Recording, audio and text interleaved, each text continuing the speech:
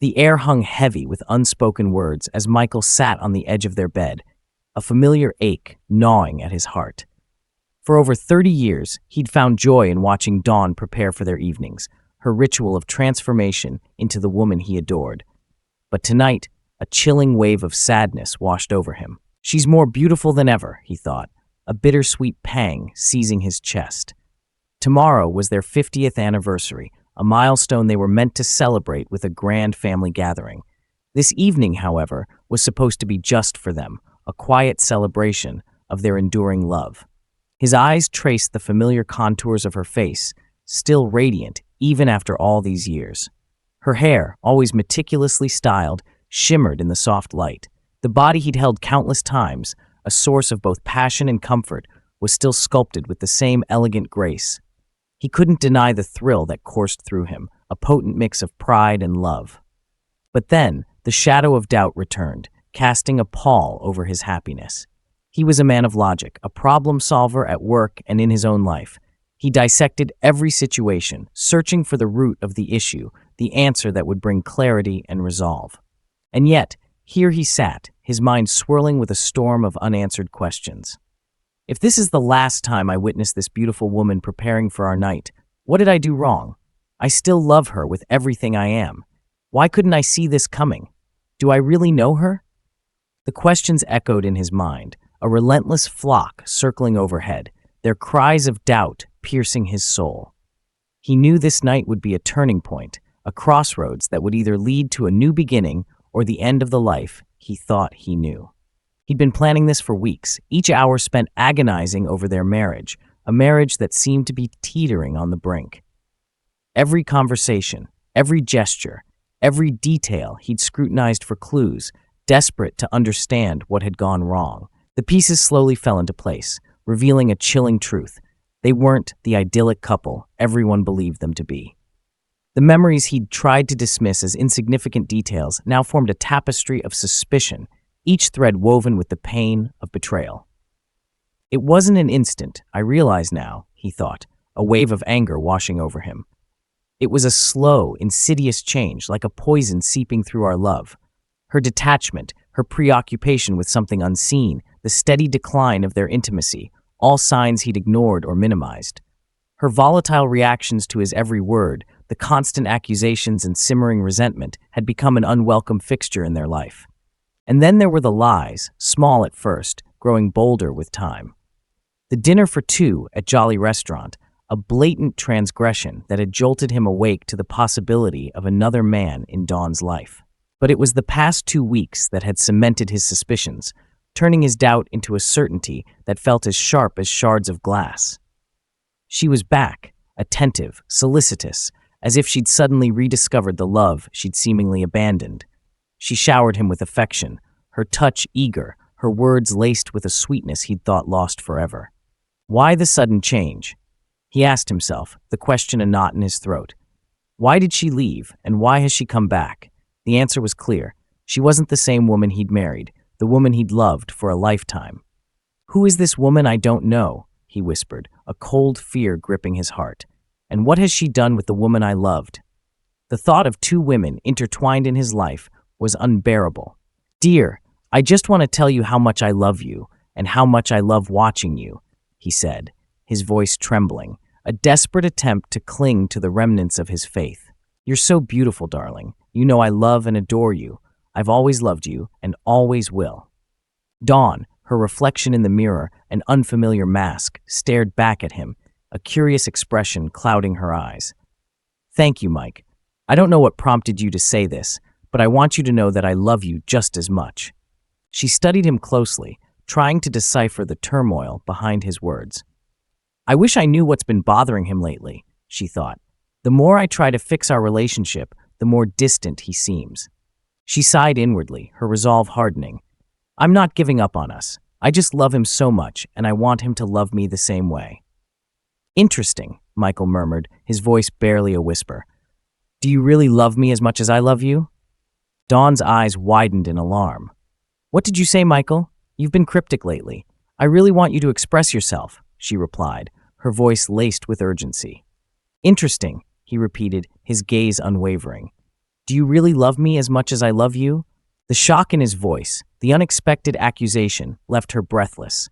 Why would you say something like that? She gasped, her voice laced with hurt and disbelief. How could you even think of something like this, let alone say it out loud?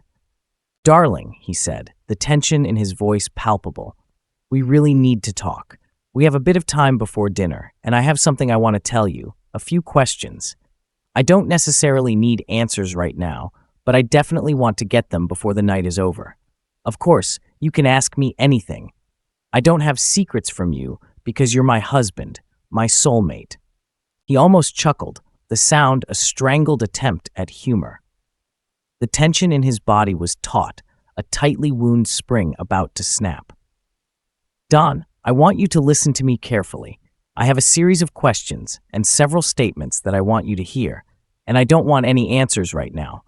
I would prefer if you took the time during our evening to carefully consider your responses. It's going to be a difficult request, but you really need to know that our marriage's fate depends on your honest answers. Oh, damn, he wants a divorce, Dawn thought, her heart sinking. She knew this was it, the moment her world would crumble around her. But her husband's plea for honesty, for a chance to salvage their marriage, spurred her to comply. Michael, his voice a tightrope stretched across the chasm of their shattered trust, launched into his accusations. He meticulously detailed Dawn's months-long absence, her newfound servitude, her erratic behavior, and the lies she had woven to hide her infidelity. His words, sharp and unforgiving, painted a picture of a woman he no longer recognized, a woman who had betrayed his love and shattered their vows.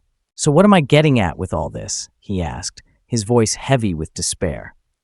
I think you have an affair. I think your affair recently ended, and you think you can jump back from its bed into mine. So, the questions. 1. Do you want a divorce? 2. Do you love him? 3. How many times and with how many guys have you cheated? 4. Do you want to stay in the marriage, and if so, will you continue to cheat? And what reasons can you give me to convince me that I want to stay with you in this marriage? Dawn sat frozen, the weight of his accusations crushing her.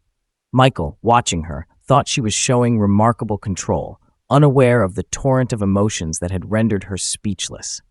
Dawn, finish getting ready, and I'll meet you downstairs. We need to hurry, or we'll be late for dinner. As she struggled to compose herself, she could only think of one thing. He wants a divorce. He wants a divorce. The evening unfolded in a haze of forced smiles and hollow laughter. They were strangers at a table, laden with food and surrounded by family, each bite tasting like ashes in their mouths. Michael reminded her that he wouldn't discuss his accusations until the end of their evening, a promise that only served to amplify the tension. She drank too much, hoping to drown the fear and confusion swirling within her, yet the alcohol only intensified her despair.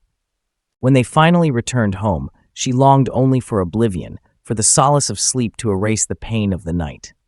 Emotionally exhausted, she retreated to their bedroom, her excuse of tiredness a shield against the storm that was about to break. The next morning, Michael rose early, the scent of freshly brewed coffee filling the kitchen, a silent promise of the confrontation that lay ahead. Dawn, her head pounding, struggled to recall the events of the previous night, the words that had pierced her heart like 1,000 daggers.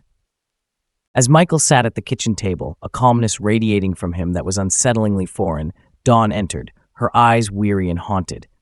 "Can I get you a cup of coffee? Do you want toast or something similar?" he asked, his voice a gentle murmur that belied the storm within. "Yes, I want coffee, Michael. Thank you for offering, but I don't think my stomach is ready for anything yet. With everything that was said and done last night, and with alcohol on top of it, my stomach would prefer to skip breakfast." He nodded, understanding flashing in his eyes. "Dawn, last night was my turn to lay all that nonsense on the table, where we can truly understand where we're going and whether we're going to be together or not. This morning, it's your turn. I'm giving you the floor, and we'll see what comes of it." Dawn took a deep breath, trying to organize the jumble of thoughts in her mind. "Michael, I thought a lot about what you said last night. I heard you when you emphasized the importance of honesty and openness in my answers. Firstly, I want you to know that you're the only man I've ever loved and the only man I've ever slept with since our wedding day. Her voice, though shaky, was unwavering. She went on to address each of his accusations, her words a desperate plea for forgiveness, for a second chance. She insisted she'd never wanted a divorce, that she'd never loved another man.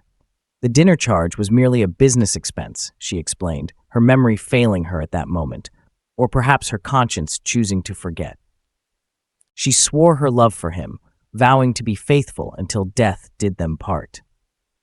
"I'm guilty of distancing myself from you for a long time," she admitted, the words like pebbles scraping against her soul. "And you're also guilty of growing apart from me. I believe we both went through a dry spell in our marriage and simply didn't realize it at the time. Lately, I've started to understand again why I love you, and for the past 2 weeks, I've been trying to drown you in my love. It was my way of reigniting the fire that we allowed to almost extinguish." Michael, his gaze unwavering, studied her intently. He watched as she spoke, her words a desperate attempt to right the wrong she'd committed.